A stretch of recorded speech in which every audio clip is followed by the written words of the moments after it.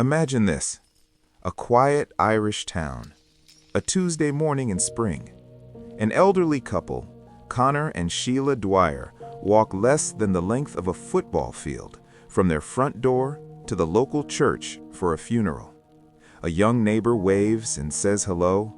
That wave is the last time anyone ever sees them. The next day, Sheila picks up the phone for a quick, ordinary chat with her sister. Nothing sounds wrong. Then, silence. Total, complete silence. Not just the couple.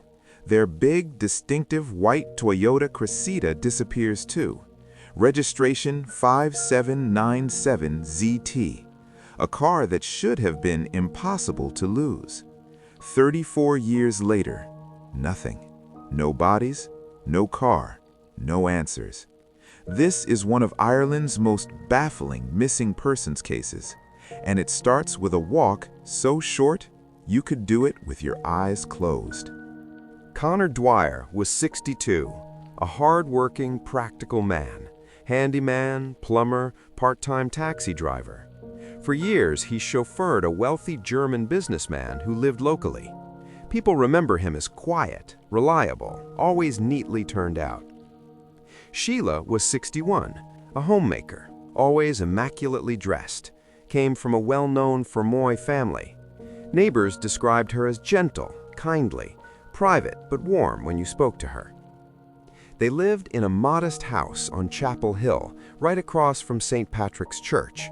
You could literally see the church steeple from their front window. They had no children, but strong ties to extended family. No money troubles anyone knew about. In fact, just weeks earlier, they'd received a good offer on a small plot of land they owned. They were excited about retirement, planning a quieter life together. No enemies, no scandals, no debts crushing them. The kind of couple everyone assumed would just grow old in Fermoy. So when they vanished, nobody could believe it. Tuesday, April 30, 1991.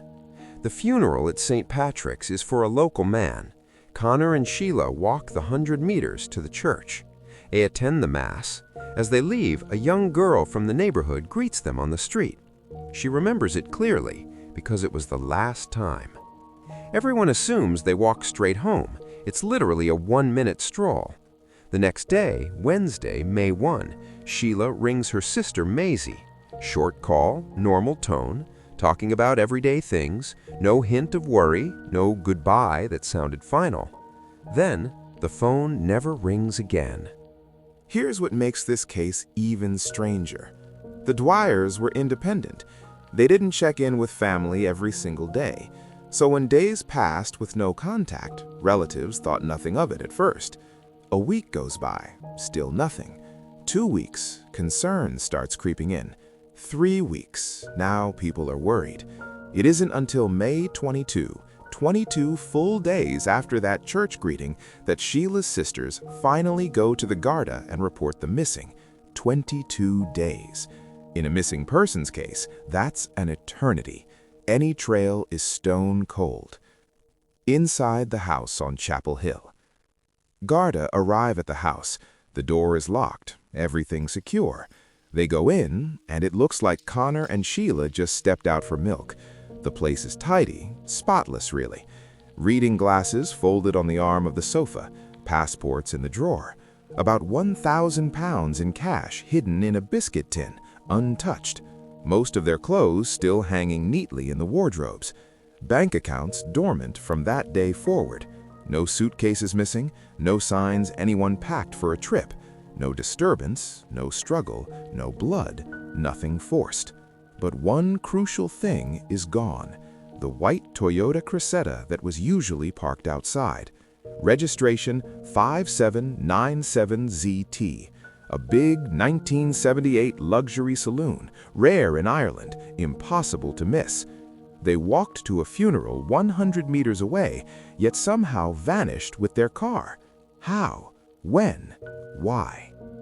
The car, the one thing that should have been found. Gardaí have said it from day one. Find the car, solve the case. Because people can disappear. Cars like this, they turn up. This was no small hatchback you could hide in a barn.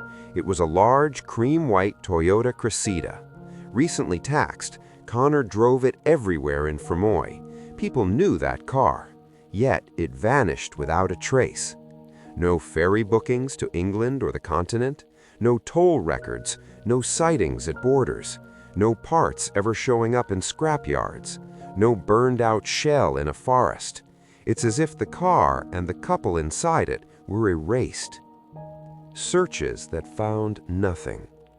The River Blackwater runs right through Fermoy. Garda divers search it multiple times. Why? Because just 14 months earlier, another local man vanished with his car, and years later it was found submerged in thick silt. Everyone wonders, are the Dwyers down there too? Search after search, nothing. Land searches, quarries, countryside, helicopters, dogs, zero. Then the sightings start trickling in. June 1991, a woman at Lourdes Airport in France swears she spoke briefly to a couple matching Conor and Sheila exactly. Same clothes, same ages. 1993, a possible sighting in Munich, Germany. Interesting, because Conor used to drive for a German businessman. Could they have gone there? Other reports in England and Ireland. Interpol gets involved. Every lead chased hard.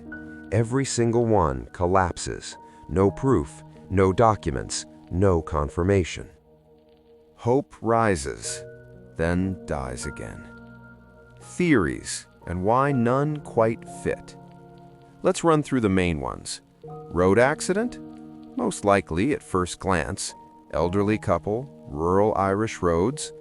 But no debris, no broken barriers, no reports of a crash. Voluntary disappearance? Doesn't add up. They left money, passports, most clothes, had future plans, were selling land. People who run away prepare. These two didn't. Foul play? Possible, but no struggle at home, no known enemies, no motive uncovered. And how do you force a couple into their own car and make the vehicle disappear completely? The German connection. Investigated thoroughly, led nowhere. Suicide pact? No history of depression, no note, no bodies. It's incredibly rare for a couple to vanish together so cleanly.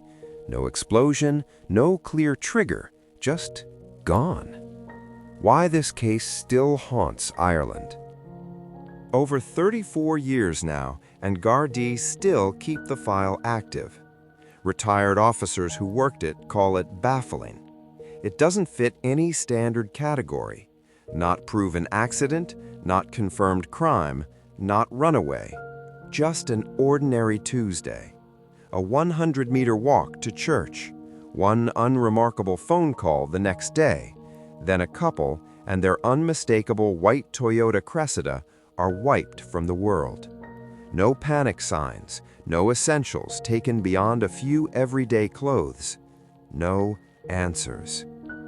Close, slow, direct to camera. Close your eyes and picture it. You leave your house for a funeral 2 doors down. Your home is in sight the entire time. You wave to a neighbor. You go to Mass. You walk out, and somewhere in the next hours or days, you get into your car and drive into oblivion, never to be seen again. If nothing terrible happened in that house, what happened after they left the church steps? Somewhere out there, someone knows something about a white Toyota Cressida, registration 5797ZT. Someone saw it parked, or driven, or hidden. The Gardaí are still listening. If that's you, now is the time. This case remains open. If you have any information, no matter how small, from Fermoy or anywhere else in 1991, contact Fermoy Garda Station at 025-82100 or the Garda Confidential line at 1-800-666-111. Thank you for watching. If real, documented mysteries that refuse to let go are your thing, subscribe and hit the bell. We only cover cases built on verified facts and original sources. Next week, another disappearance that still keeps investigators awake at night. See you then.